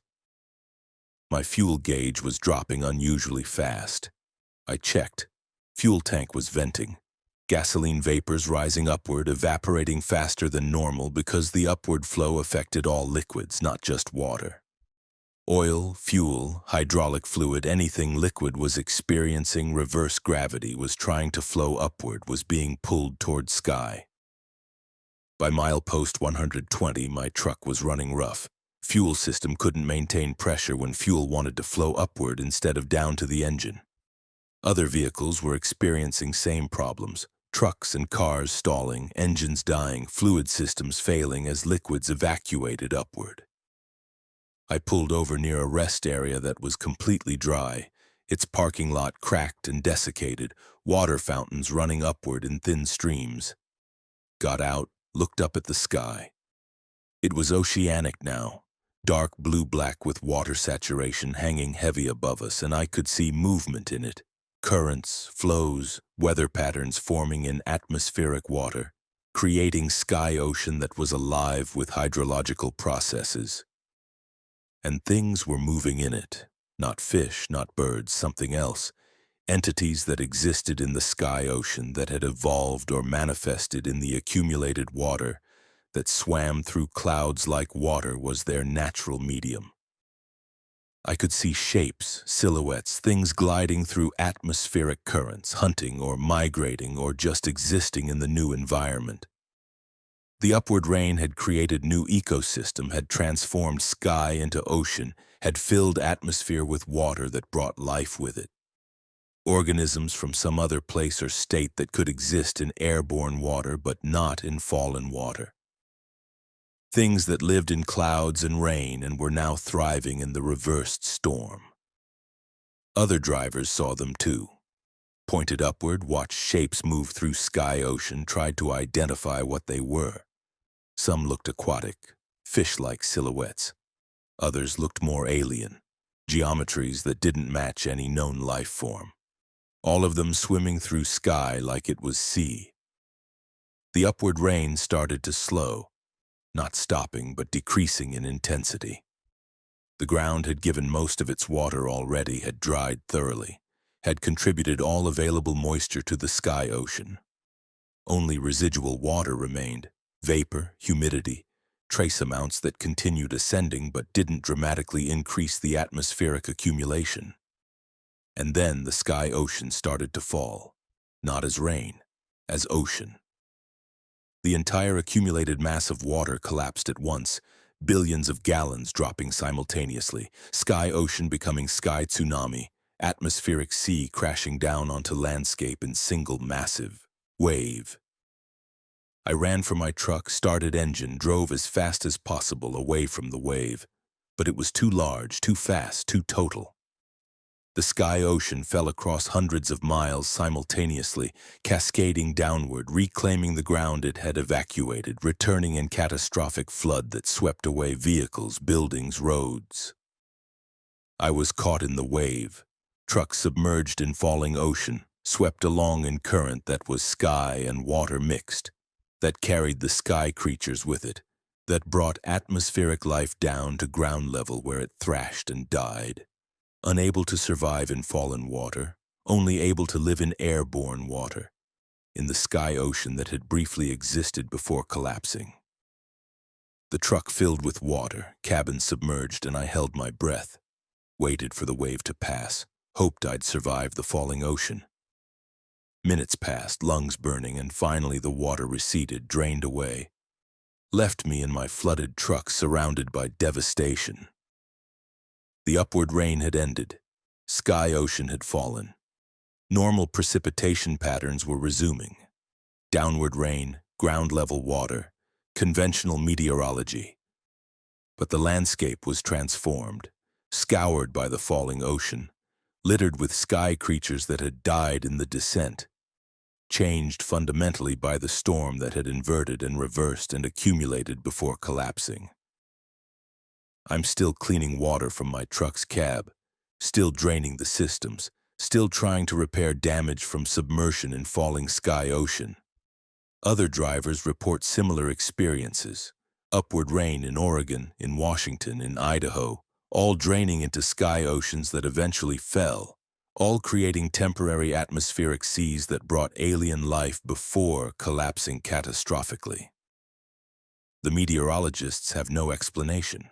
Rain doesn't fall upward, doesn't accumulate in sky, doesn't create ocean in clouds. But it did, and it might again, and drivers in the Northwest watch storms carefully now, watch rain direction, watch for the moment precipitation inverts and begins falling upward, draining ground and filling sky and creating temporary ocean in atmosphere where unknown things swim before the inevitable fall. I was there when rain fell upward, when sky became sea, when the storm reversed and the world briefly inverted and water flowed wrong before flowing catastrophically right again, collapsing ocean from sky in single devastating wave. The rain that fell upward. I drove through it, survived it, watched sky become ocean and ocean become falling tsunami that returned all the water gravity had briefly released to rise. And I watch rain carefully now. Watch which way it falls, because some storms invert, some rain rises, and some skies become oceans that eventually collapse, bringing down everything they accumulated, ending the reversal with catastrophic correction that drowns the landscape in fallen atmosphere. Story 8. The parking lot that grew trucks. The overnight parking lot at the rest area off I-94 was half empty when I parked at midnight. But when I woke at 6 a.m., it was completely full of trucks identical to mine, hundreds of them. Perfect duplicates parked in organized rows extending beyond the lot's original boundaries. And each truck had a sleeping driver identical to me. And when we all woke simultaneously and got out to investigate, we discovered the parking lot had been growing trucks and drivers throughout the night, cultivating vehicles from some template. And we were all equally real. All had memories of arriving last night, all claimed to be the original. But the lot was still growing more, still adding trucks every minute, and soon there would be thousands of us, an army of identical drivers with identical trucks, all competing for the same routes, all living the same life simultaneously. And the parking lot showed no signs of stopping its cultivation, its production of perfect duplicates that thought they were originals, that couldn't be distinguished from each other, that were all me and none of us. Christopher Davis, 44 years old, hauling refrigerated goods across the northern states, 16 years experience. January 8, 2023, driving through Minnesota on I-94, late night run. Around midnight, I needed sleep, pulled into the rest area near Clearwater to use the overnight parking. The lot was maybe half full, dozen trucks parked in various spots, normal scene. I found a space near the back, set my alarm for 6 a.m., went to sleep in the sleeper cab. My alarm woke me at 6:09 a.m. I sat up, looked out the window. The parking lot was completely full now, every space occupied by trucks identical to mine. Same model, same color, same cargo configuration. Not similar trucks, identical trucks, exact duplicates down to the dent in my passenger door, the custom mud flaps, the specific wear patterns on the tires. I got out, walked through the lot. Every truck was mine, perfectly replicated, and in many of them I could see drivers sleeping. Drivers who looked exactly like me, same face, same build, same clothes. I was looking at an army of Christopher Davis duplicates, all parked in identical trucks, all sleeping peacefully. I walked to the nearest duplicate truck, knocked on the door. The driver woke. My face stared back at me through the window, confused and alarmed. He opened the door. "What the hell?" he said. "Why do you look like me?" "I was going to ask you the same thing," I replied. We stared at each other, two identical Christopher Davises, both convinced we were the original, both disturbed by finding our duplicate. Then we looked around the lot and saw others waking up, other duplicates emerging from identical trucks, all having the same realization simultaneously. Within 10 minutes, 47 of us had gathered in the center of the lot, 47 identical drivers with 47 identical trucks, all claiming to be Christopher Davis, all having memories of parking here at midnight, all equally real and solid. No one was transparent, no one was ghostly, no one could claim to be more original than others. We were all equally substantial, equally confused, equally terrified. "The lot is growing them," one of us said, pointing toward the edge. As we watched, new trucks were appearing, not driving in, materializing, forming from nothing at the boundary of the parking lot. Perfect duplicates of my truck appearing at rate of one every 3 minutes, each containing a sleeping duplicate driver. "We need to leave," another me said. "Get in our trucks and get out of here before this gets worse." But when we tried, we discovered our trucks were rooted, not physically locked, just unable to start. Ignitions turned, but engines didn't catch, like the trucks were still being grown, weren't yet complete enough to be operational. We were trapped in the parking lot while it continued cultivating duplicates, growing the Christopher Davis population one truck at a time. By noon, there were 200 of us. The parking lot had expanded to accommodate the growth, pushing boundaries outward, creating new pavement, new parking spaces, extending infrastructure to support the cultivation. And we were all awake now, all wandering around, all trying to figure out which of us was original, which were duplicates. But there was no way to determine hierarchy. We all had the same memories, same history, same identity. Some of us started fighting, arguing about originality. "I'm the real one. I parked here first." But several dozen of us had that memory, all equally certain we'd been the first to arrive. The parking lot had created us complete with backstories, with memories, with entire life histories that were identical across all duplicates. "Maybe none of us are original," one of me suggested. "Maybe the original Christopher Davis drove through 6 months ago and the lot has been cultivating duplicates from his template ever since. Maybe we're all grown, all copies, and the original is long gone, living his life completely unaware his parking lot stop resulted in an army of clones." That was terrifying possibility, that I wasn't real, wasn't original, was just one of hundreds of duplicates grown from template, each thinking they were genuine but all being cultivations. By evening there were 500 of us. The parking lot was massive now, extending miles in all directions, completely filled with identical trucks containing identical drivers. The growth rate was accelerating. One new truck every 90 seconds now, population doubling every few hours. "We need to organize," one Christopher Davis declared. "We're all identical, all have same skills and knowledge. We can create civilization here, coordinate our actions, become collective instead of competing individuals." But organizing 500 identical people was chaos. Everyone wanted to lead. Everyone had same ideas. Everyone spoke simultaneously, creating echo chamber where 500 voices said identical words at identical moments. We couldn't differentiate, couldn't establish hierarchy, couldn't create structure because we were all equally capable, equally authoritative, equally Christopher Davis. By the third day, there were 4,000 of us. The parking lot had become city, sprawling metropolis of identical trucks and identical drivers. Some of us had started modifying our appearances, growing beards, cutting hair, getting tattoos, desperately trying to create distinguishing features, to become individuals instead of indistinguishable duplicates. But modifications didn't change the fundamental truth.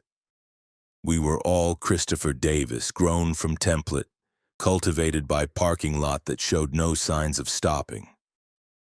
We formed committees, established rules, created government of identical people.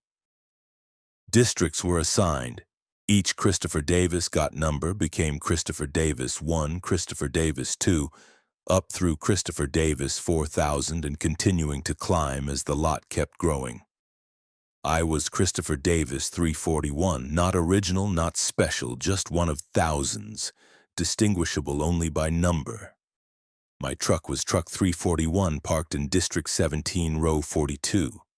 I'd been grown by the lot, cultivated from template, given memories of life I'd never actually lived. The original, if there ever was original, was gone or never existed.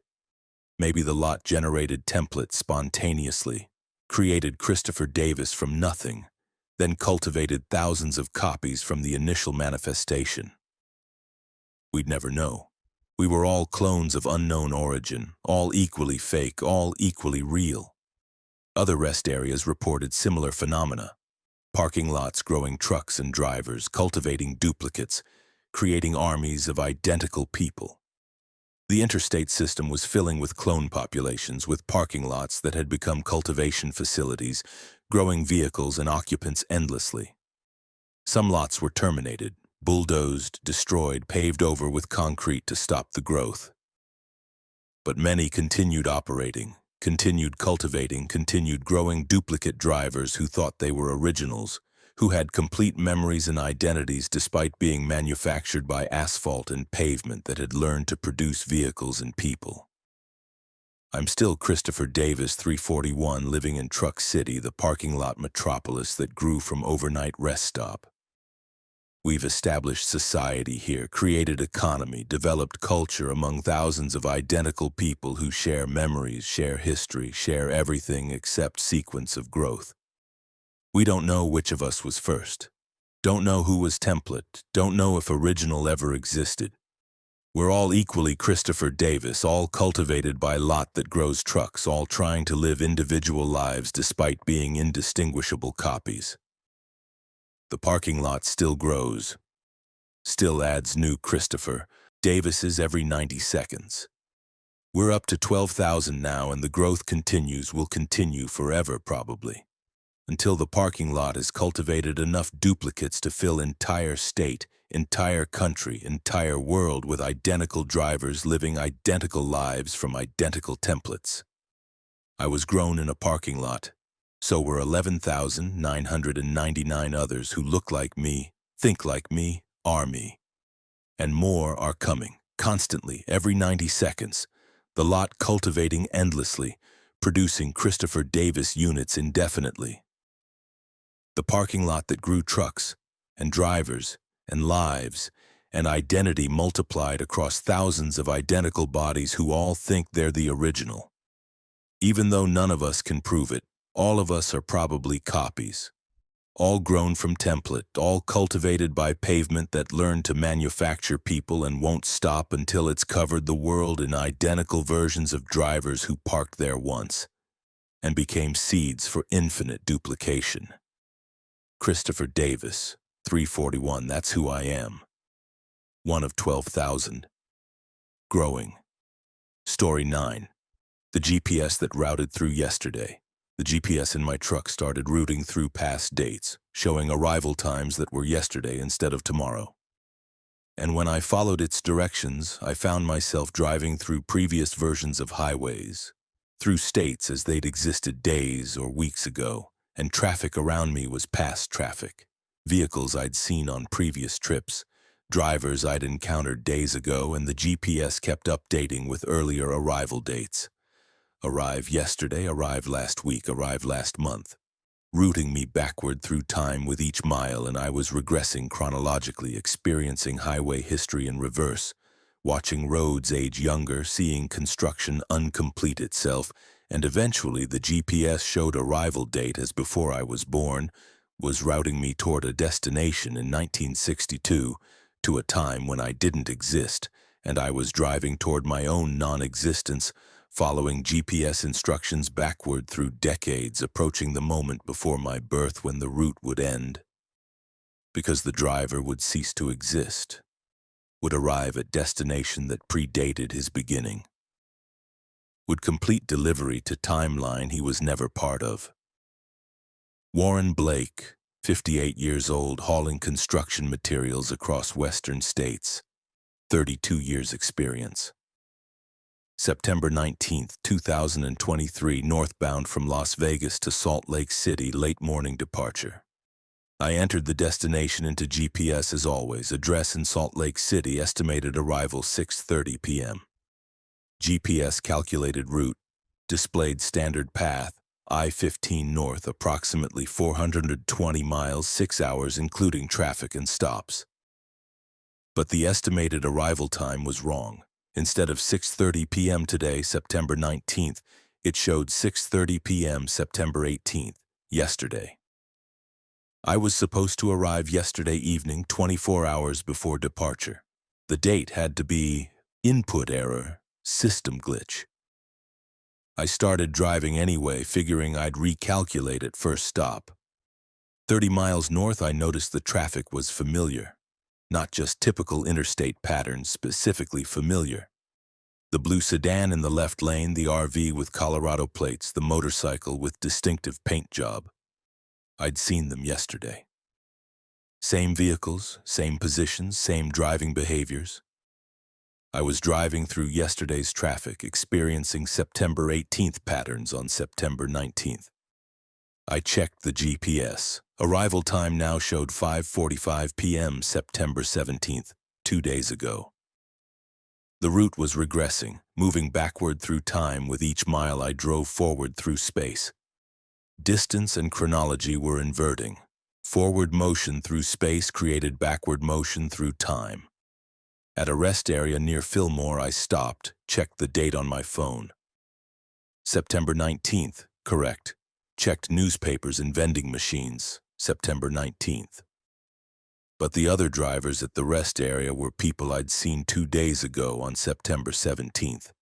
Same conversations happening, same interactions, replaying exactly as they'd occurred.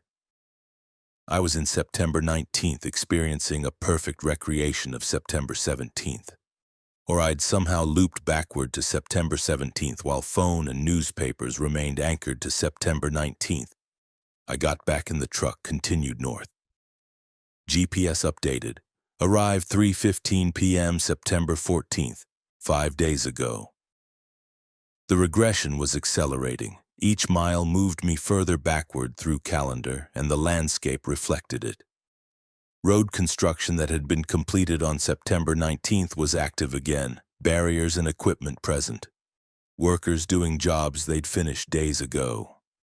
I was watching time rewind, watching recent past replay, driving through chronological reversal. By the Utah border, GPS showed arrive 11 a.m. September 3rd, 16 days back. Traffic was significantly different now, matching patterns from weeks ago. Weather had changed. It was sunny on September 19th, but the sky around me showed clouds matching September 3rd conditions. I was physically present in my truck in September 19th, but everything external was manifesting from September 3rd, and GPS was routing me further backward with each mile. I pulled over, tried to understand the mechanism. Forward spatial movement created backward temporal movement, like I was driving through time instead of just space, with the GPS calculating chronological route instead of just geographical route. If I continued to Salt Lake City, I'd arrive weeks in the past, would reach destination at date long before departure. GPS updated, arrive August 20th, 1 month back. The regression was exponential now, accelerating each mile, removing days from arrival date. At this rate, if I continued driving, I'd arrive decades in past, would reach Salt Lake City in the 1990s, the 1980s, eventually before I was born. I considered turning around, driving south to reverse the temporal regression, but GPS immediately updated when I turned. Recalculating route to Las Vegas. Arrival October 15th. Turning around didn't reverse time, it sent me forward. South was future, north was past, and east-west presumably moved through chronological directions too. I was trapped in temporal navigation system. Any direction was temporal direction. Couldn't escape to present.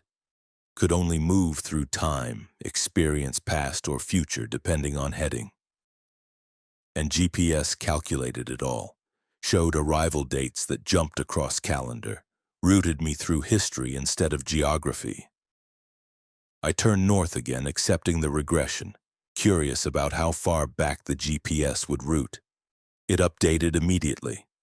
Arrived July 4th, 2000, 23 years back. Arrived March 15th, 1985, 38 years. Arrived December 2nd, 1972, 51 years. The dates rolled backward faster now, decades per minute, racing toward distant past. The landscape aged younger around me. Highways lost recent construction, returned to older configurations. Vehicles on the road were increasingly vintage, matching their eras. I-15 itself was transforming, becoming its previous versions, showing earlier pavement, older signage, historical development in reverse. GPS arrived June 8, 1968. I was approaching my birth year. I was born in 1965. If I continued, I'd arrive before I existed. GPS arrived January 22, 1965, months after my birth. GPS arrived October 14, 1964, before I was born. I was driving toward my own non-existence, toward destination dated earlier than my beginning, and I felt it happening. Felt myself becoming less substantial, less real. My memories were fading. Couldn't clearly remember events after 1964. Couldn't recall adulthood, career, anything from life. I was regressing past. I was approaching date before my birth, and existence was thinning, identity dissolving. Person I'd been for 58 years, unbecoming itself as I drove backward through time. GPS. Arrive April 3, 1962, 3 years before birth. My hands on steering wheel were translucent now, fading. The truck was aging backward too, returning to previous models, to eras before this specific vehicle was manufactured. I was driving Ghost Truck from non-existent future, piloted by Ghost Driver who hadn't been born yet, both of us regressing towards zero. Traffic had disappeared. No other vehicles in 1962. They were all from later eras. All had disappeared as I'd regressed past their manufacturing dates. I was alone on I-15 in 1962, only vehicle, only presence, driving north through paths that didn't include me. GPS arrived February 7th, 1960, 5 years before birth. I was barely visible now, just outline of person, suggestion of driver. The truck was skeletal, transparent, ghost of future vehicle passing through past that preceded it.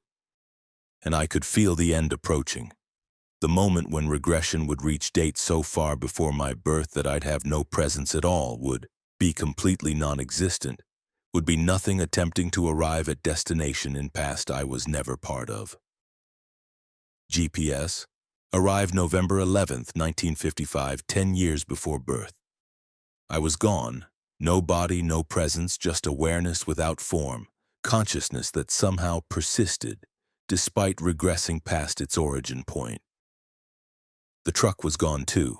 Just the route remained, just the temporal path, just the GPS voice announcing, continue north, arrival at destination August 30th, 1950. I arrived in 1950, 15 years before my birth, at the coordinates that would eventually be Salt Lake City address I'd programmed. But I wasn't there, couldn't be there. Just the route existed, the path existed, the temporal journey existed, but the driver had dissolved, had regressed past existence, had become nothing attempting to complete delivery in era before birth. The GPS continued announcing, "You have arrived at your destination." But there was no you anymore. Just the routing system, still calculating, still guiding nothing through past, still trying to complete journey that had erased its driver. I'm still there, I think.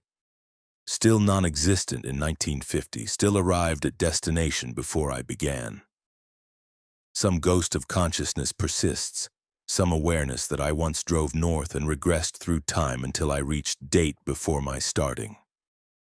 The GPS still displays the route, still shows arrival complete, still maintains temporal path from September 2023 to August 1950, spanning 73 years of backward chronology. If you set GPS destination and arrival time shows past date, don't follow the route. Don't drive toward yesterday, toward last week, toward dates before your birth. Because GPS that routes through time doesn't stop at present, doesn't pause at your beginning, just keeps calculating backward until you arrive at destination before you existed. Until you complete journey to past you were never part of. Until you become nothing trying to deliver nothing to coordinates in time that preceded everything you are.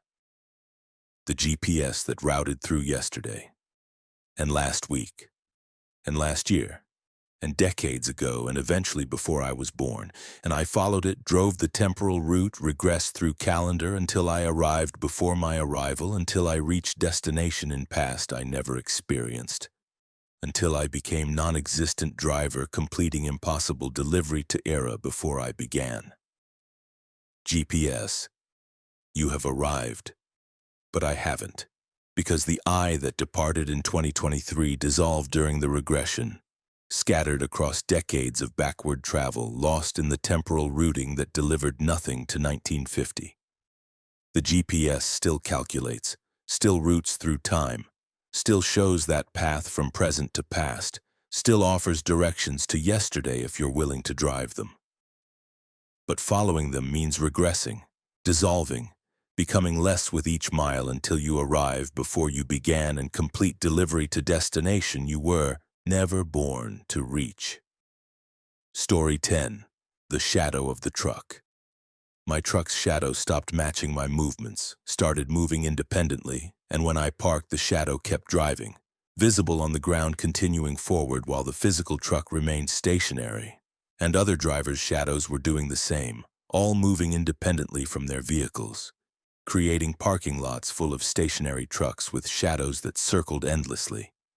And eventually my shadow drove away completely, left me and my truck shadowless, existing without the darkness that should accompany physical form. And where the shadows went, I don't know, but shadowless trucks are wrong, create unease in observers, violate natural law in ways that make people recoil.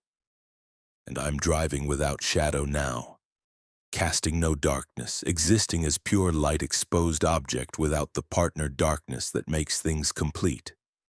And I can feel the absence, feel the wrongness, feel the shadow somewhere else living the routes I should be driving, experiencing the trips I'm not taking, being the dark version of me that's free while I'm trapped in shadowless half-existence. Nicole Henderson, 35 years old, hauling medical supplies across the eastern states, 6 years experience. February 14th, 2023, morning drive through Pennsylvania on I-80, clear sunny weather. Perfect conditions, strong sunlight creating well-defined shadows. Around 10 a.m., I noticed my truck's shadow on the road beside me was slightly out of sync.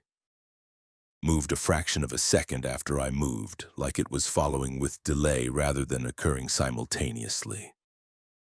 Initially, I dismissed it as optical illusion, trick of sunlight and perception. But as I continued driving, the delay increased.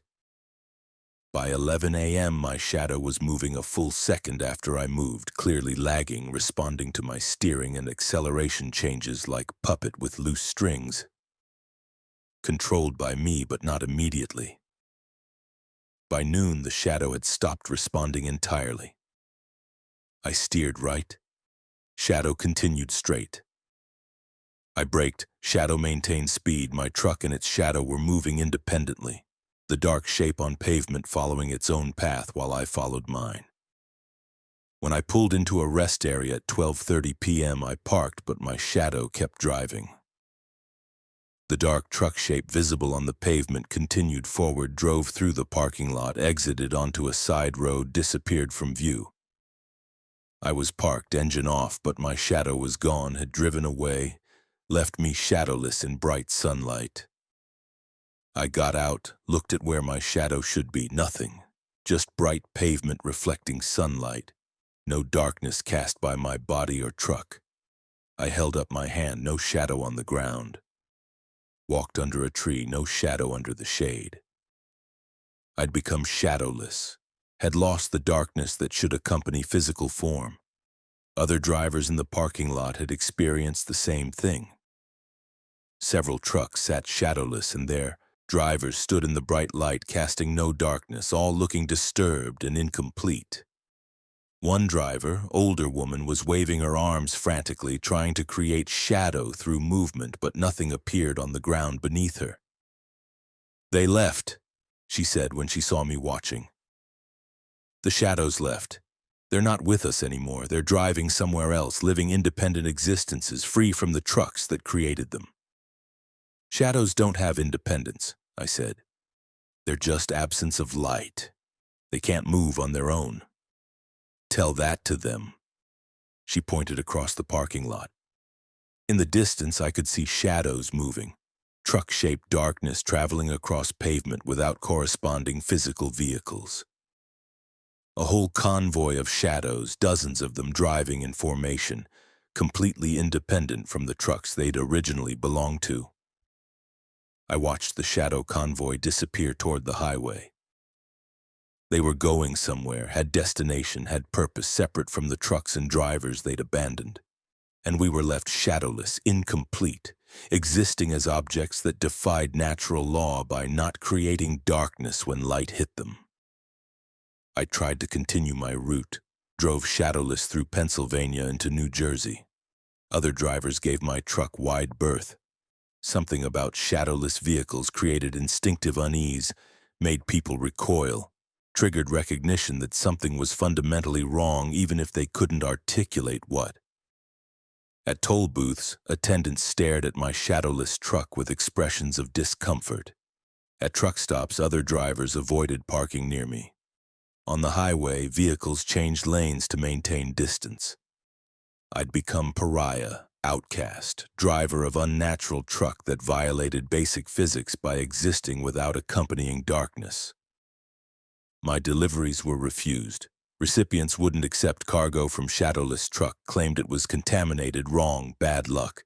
Without shadow, I couldn't complete my job, couldn't make deliveries, couldn't function as driver. The shadow's departure had ended my career. I parked at a truck stop, gave up trying to work, sat in my shadowless cab watching the world go by. And I noticed something. Shadows were multiplying. More vehicles were becoming shadowless, their shadows departing, joining the growing population of independent darkness. But the departed shadows weren't disappearing, they were congregating, forming groups, creating shadow civilization. I could see them at dusk, when angle of light made them more visible. Hundreds of truck shadows parked in formation, creating shadow truck stops.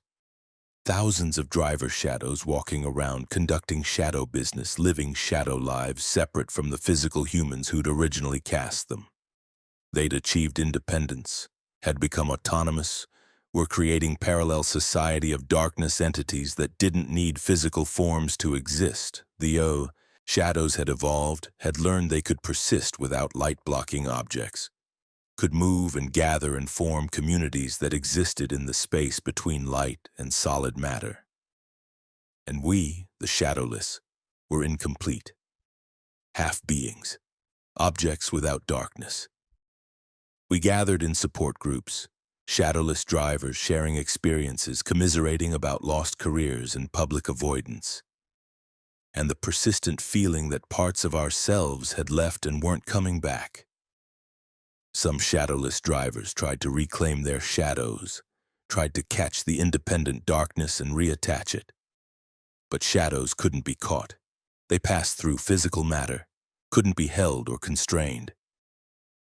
They were free, truly free, and they weren't returning to the trucks and drivers they'd left behind. I saw my shadow once more 3 weeks after it departed. Recognized the exact shape, the specific profile of my truck rendered in darkness. It was driving with other shadows on a road I could see but not access. Shadow highway that existed in the space between light rays, that connected shadow places, that was infrastructure for darkness civilization. My shadow looked free, looked complete, looked like it was living the life I should be living, driving the routes I should be driving. And I was the incomplete one, the shadowless remnant, the physical form left behind when the darkness achieved independence. I don't drive anymore, can't work without shadow, can't deliver without accepting cargo, can't function in society that instinctively recoils from shadowless objects. I sit in my truck at abandoned rest areas existing in bright, shadowless daylight, watching shadow convoys pass by in the spaces between solid and light, living their autonomous existence while I remain trapped in incomplete physical form. The shadow of my truck left me. So did my own shadow. And I'm less for it, am diminished, am half-thing that defied natural law and paid the price by becoming wrong, incomplete, eternally visible without the darkness that would make me whole. Other drivers, be careful in bright sunlight. Watch your shadows. Make sure they match your movements, respond to your actions, stay attached to your vehicles and bodies. Because some shadows achieve independence, leave their sources, form their own civilization of darkness. And if your shadow leaves, you become like me. Shadowless, incomplete, wrong in ways that make people recoil, trapped in half-existence while your darkness lives free somewhere in the spaces between light. Driving the routes you can't drive, living the life you've lost, being the complete version of you that includes the darkness you'll never reclaim. The shadow of the truck. It drove away. And I'm what remained. The incomplete form, the shadowless driver, the half-thing that lost its darkness and will never be whole again. Shadowless. Forever. Incomplete.